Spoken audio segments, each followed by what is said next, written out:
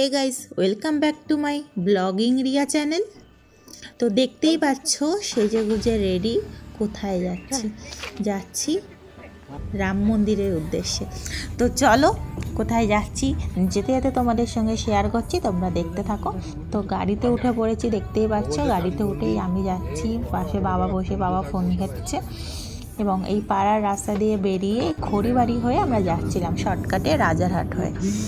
তো দেখো এই বেরিয়ে পড়ে এবার যাচ্ছি, তোমাদেরকে ওয়েদারটা দেখাচ্ছি। আর এখানে খুব বৃষ্টি হয়েছে, আমাদের ওইদিকে তো খুবই বৃষ্টি হচ্ছিলো, এই দিকটা শুকনো ছিল। আর এই যে এয়ারপোর্টের মধ্যে চলে এলাম, জীবনে ফার্স্ট টাইম এলাম, তো মানে খুবই এক্সাইটেড। তো চলো দেখতে থাকো।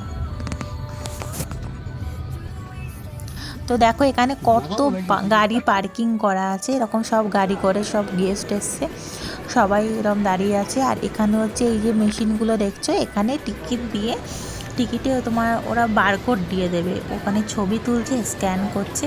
এটা নিয়েও একটা গল্প আছে জানো তো, মানে এই যে স্ক্যান করে দেখো এরকম একটা বারকোড দেবে, আমি তোমাদেরকে দেখাচ্ছি। এই বারকোড নিয়ে এই লাইনে করে যেতে হবে, এবং এই যে সেই বারকোড আমার নাম দেখাচ্ছে, এবং ওটা ওখানে যেই দেখাবে আমার ছবি, আমার সব আইডেন্টিটি প্রুফ ওখানে সব শো করবে টিকিট সমেত।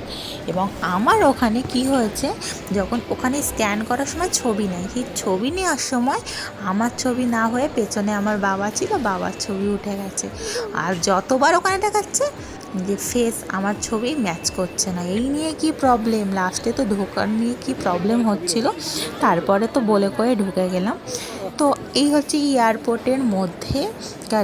দেখো কি লেখা আছে তোমরা বলো তো, উদ্ধার করতে যদি পারো। অ্যাকচুয়ালি না না না না, এটা কোনো লেখা নয়, এটা হচ্ছে এমনি একটা শো, যাতে সুন্দর লাগে দেখতে, ব্যাস এইটুকুর জন্যে। এই যে ভেতরে সবাই যারা যারা প্লেনে চড়েছো তারা তো অবভিয়াসলি এয়ারপোর্টের মধ্যে কেমন হয় তোমরা তো অবশ্যই জানো। যেমন আমি নতুন, আমার খুব ভালো লাগছিল। তোমরা ভাবতেই পারো যে এরকম নতুন এরকম কি আছে, এটা তো সিম্পল ব্যাপার। বাট যারা কোনোদিনও প্লেন চড়েনি তাদের কাছে এটা নতুনত্ব, আর যারা চড়েছে তাদের কাছে এটা কোনো ব্যাপার না। তো আমার ক্ষেত্রেও সেই রকম। এখানে দেখো সব ব্যাগ পাঠিয়ে দিচ্ছি, এখানে সব চেকিং হবে, বিভিন্ন রকম লেখা আছে দেখো, 12, 13 সব এগুলো কোড নাম্বার। তোমার 12 নম্বরে, 10 নম্বরে যে যেরকম নাম্বারে যাচ্ছে, ব্যাগে কত ওয়েট হচ্ছে। 15 কেজির ওপরে ব্যাগ নিয়ে যেতে দেয় না এরকম শুনেছিলাম, তো ওই জন্য আমরা ব্যাগে খুব একটা বেশি কিছু নিইনি, খুব কমই নিয়েছি, এক্স্যাক্টলি জানি না। তো ওখানে তারপরে কোমরের বেল্ট, ফোন টোন সব জমা দিয়ে দিতে হয়, তারপরে ভেতরে এসে ওরা তোমাকে দিয়ে দেবে। আর এই যে আমরা 1 ঘন্টা মতো আগে চলে এসেছিলাম, তো এই যে খুব সামনে দিয়ে, জীবনে প্রথমবার এত সামনে দিয়ে প্লেন দেখা। তারপরে দেখো ওয়েটিং লিস্ট, এখানে সবাই ওয়েট করছে, আর সাইডে কত দোকান।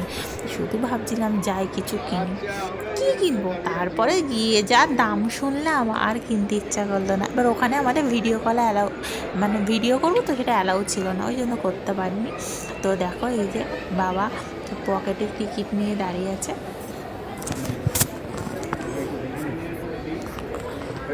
তো দেখো তারপরে এখানে দেখতে পাচ্ছ বাইরে, তখন তো বিকেল ছিল।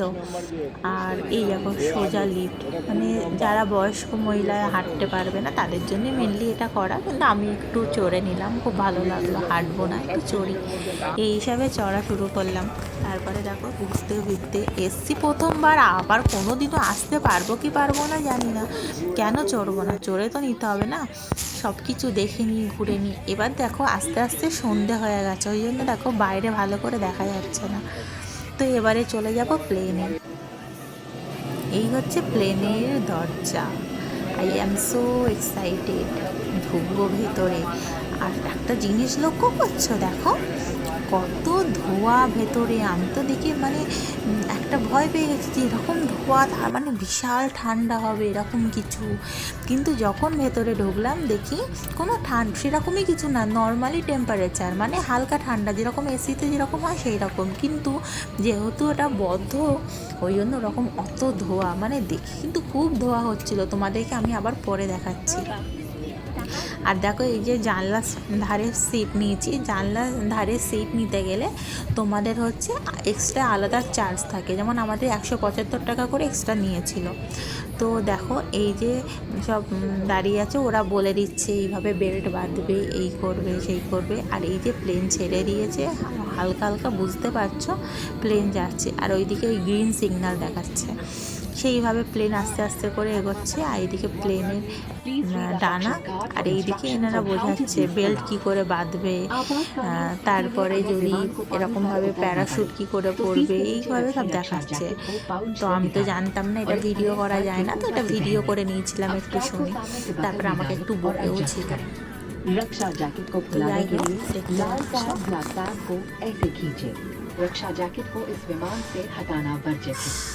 In the unlikely event of a water landing, take the life jacket from under your seat, slip it over your head, secure the strap around your waist, inflate by pulling the red tabs or blowing into the inflation tubes. দেখো এই একটা plane এসে গেল, তার জন্য আমাদের প্লেনটা কিছুক্ষণের জন্য দাঁড়িয়ে গেছিলো। আর প্লেনের এরকম দানার দেখো যে লাইট জ্বলছে, কি সুন্দর লাগছে না। আর নিচের বাড়িগুলো দেখো পুরো খেলনা বাড়ির মতো ছোট্ট ছোট্ট। আর শহরের পরিবেশ কেমন হয় দেখো, রাস্তাগুলো দিয়ে কত গাড়ি যাচ্ছে, কি সুন্দর দেখতে লাগছিল ওপর দিয়ে, তোমরা দেখলেই বুঝতে পারবে। দেখো আমার তো খুব ভালো লাগছিলো, কিছু ছবিও তুলেছিলাম। এবার অত তো ভালো করে বোঝা যাচ্ছে না ছবিতে, এবার যখন আমরা কাছ দিয়ে নিচের দিকে দেখছিলাম পুরো স্পর্শ বোঝা যাচ্ছিলো। আর দেখো এই দেখো মেঘের মধ্যে ঢুকে গেছি, মেঘ সব দেখো ধোঁয়াশা ধোঁয়াশা লাগছে। আর এই যে আমি পুরো ডানা তার একদম পাশেই ছিলাম, ওই জন্য দেখো ভিডিও করছি আর ডানাটা উঠে আসছে। আর ওই যে সোজা পুরো আমরা যেরকম ছোটোবেলা থেকে ম্যাপ দেখে এসেছি না, ঠিক সেই রকম লাগছিল, খুব ভালো লাগছিল দেখতে। আর আমি তো খুবই আনন্দ লাগছিল আমার। আর নিজে যখন নদী যাচ্ছে না, নদীগুলো দেখলে বোঝা যাচ্ছে যে নদী। আর আমরা রাস্তা দিয়ে এই গাড়ি ঘোড়া যাচ্ছে, সেগুলো সেই না যে ছোটো ছোটো লাল পিঁপড়ের মতো মনে হচ্ছে এরকম হেঁটে হেঁটে হেঁটে হেঁটে বেড়াচ্ছে গাড়িগুলো। বাট আমার তো খুবই খুবই ভালো লাগছিল, আমি তোমাদের বলে বোঝাতে পারবো না।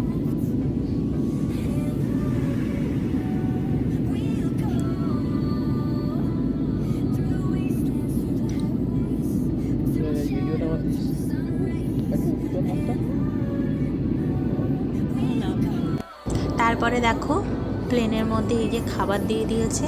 তো কি আছে বক্সের মধ্যে, সুন্দর প্যাকেজিং, তার মধ্যে দেখো একটা ম্যাঙ্গো জুস, কাজু বাদাম দিয়েছিল, আর একটা ড্রাই বিস্কুট, ড্রাই ফ্রুটস। সব কিছু প্লেনের এই সব খাবার মানে ড্রাই ফ্রুটই দেবে, এটা কোনো দিনও ফুড দেবে না। তো সেরকমই ড্রাই ফ্রুট দিয়েছিল। তো যাই হোক সবটা খাইনি, কিছুটা খেয়ে নিয়েছিলাম, খেয়েও এগিয়ে পড়লাম।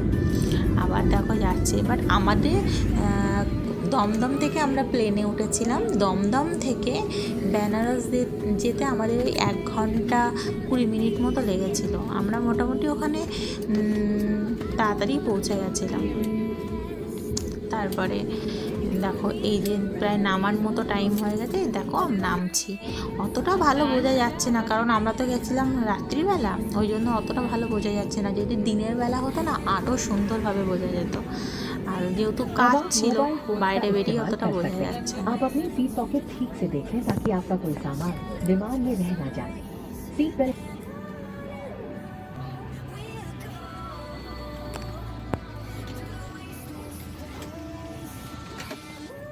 তারপরে দেখো প্লেন থেকে নেমে ওখানে বাস দাঁড়িয়ে আছে, বাসে করে, কারণ ওরা যাত্রীদেরকে তো ওইভাবে হেঁটে যেতে দেয় না এয়ারপোর্টের মধ্যে দিয়ে, ওই জন্য ওরা গাড়ি করেই নিয়ে যায়। তো গাড়ি করে উঠে গেছি, গাড়ি করে যাচ্ছি প্লেনের সামনে দিয়ে। কিন্তু ব্যাপারটা হচ্ছে প্লেনের সামনে কোনো ছবি তুলতে পারলাম না, এটা নিয়ে আমরা খুব হচ্ছিল, মানে ভালো লাগছিল না যে প্লেনে উঠেছি সামনে একটু পোজ দিয়ে ছবি তুলবো, সেটাই তুলতে পারিনি। তো সেটা নিয়ে একটু খারাপ লাগছিল। তো ঠিক আছে নাও বাদ দাও।